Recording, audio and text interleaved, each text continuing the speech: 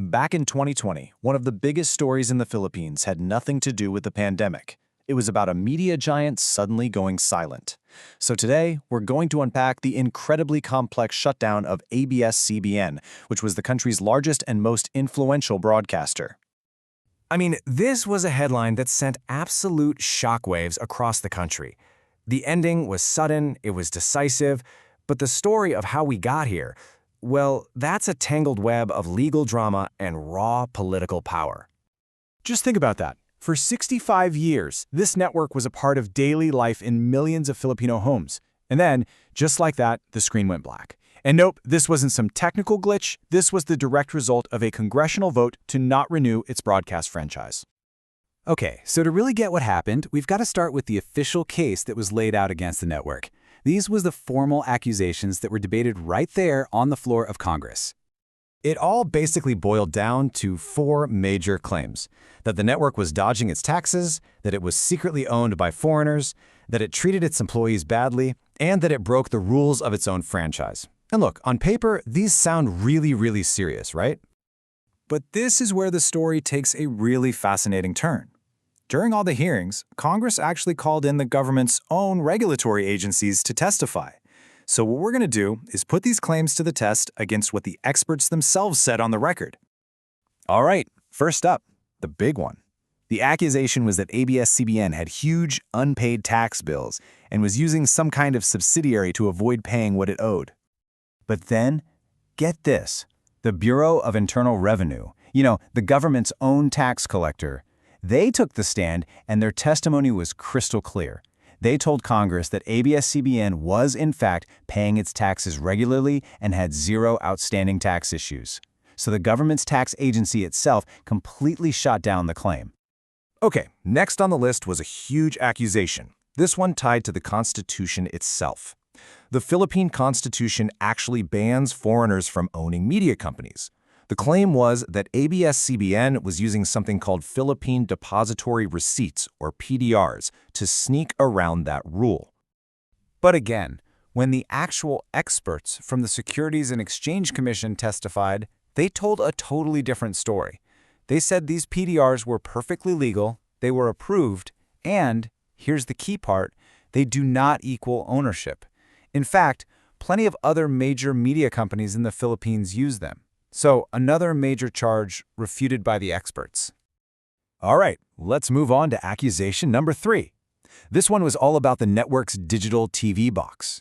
Critics were saying that its pay-per-view service, called KBO, was an illegal operation because it was running on a frequency that was supposed to be for free TV.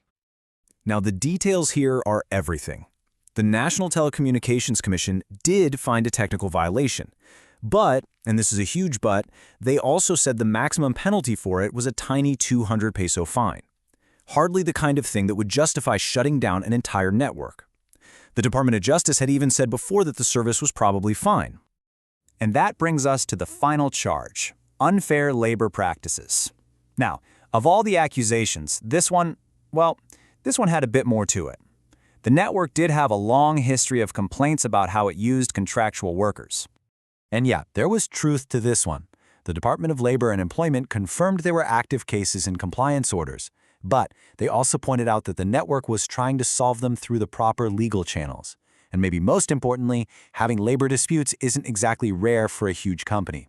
It's not usually the kind of thing that makes Congress pull your license to operate. So let's just recap. You have the government's own experts refuting or seriously downplaying 3 of the biggest claims against the network. And yet, the House committee voted overwhelmingly to kill ABS-CBN's franchise. The final count was just stunning, 70-11. And this is the million-dollar question in this whole saga, isn't it? If the official case built on all these violations just kind of fell apart when you looked at it closely, why on earth was the political will to shut down the network so incredibly strong? Well, to understand that 70-11 vote, we have to look outside the hearing room and turn our attention toward the presidential palace. See, for years leading up to this, the president at the time, Rodrigo Duterte, had been very public about his anger towards the network. He accused them of biased news coverage and claimed they ripped him off on some unaired campaign ads. He really didn't hide his feelings about it. And even though his administration tried to say they were neutral on the issue, the president himself pretty much admitted his role later on. After the shutdown, he actually said in public that he used his presidential powers to tell Congress what to do. And remember those 70 lawmakers who voted no?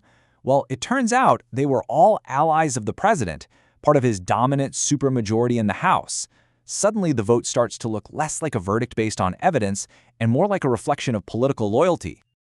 Okay, so you might be thinking, why does one company's franchise matter so much in the grand scheme of things? Well, because the way this all went down set a really powerful and, for a lot of people, a really chilling new precedent. The argument from many press freedom groups is simple. The legal stuff was just a cover story. The real issue, they say, was that the network's reporting had angered the most powerful person in the country, and its franchise renewal was the perfect weapon for political payback. And this really gets to the core of it, right? If this was genuinely about punishing companies for using PDRs or for having labor disputes, why was ABS-CBN the only one singled out? Lots of other big companies have similar issues.